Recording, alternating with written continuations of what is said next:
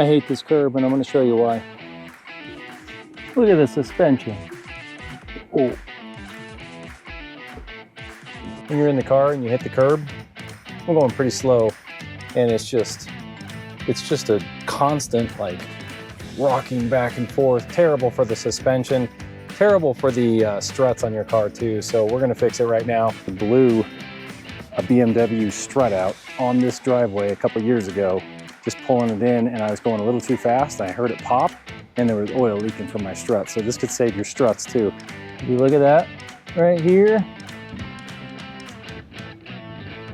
Oof, you can hear the strut just totally compressed, like, and these are, on this car, on this Corolla, I got like year-old KYB struts. These are sweet, man, absolutely, 100% do it. This is so much better than the DIY version I tried to build on my own. This is awesome.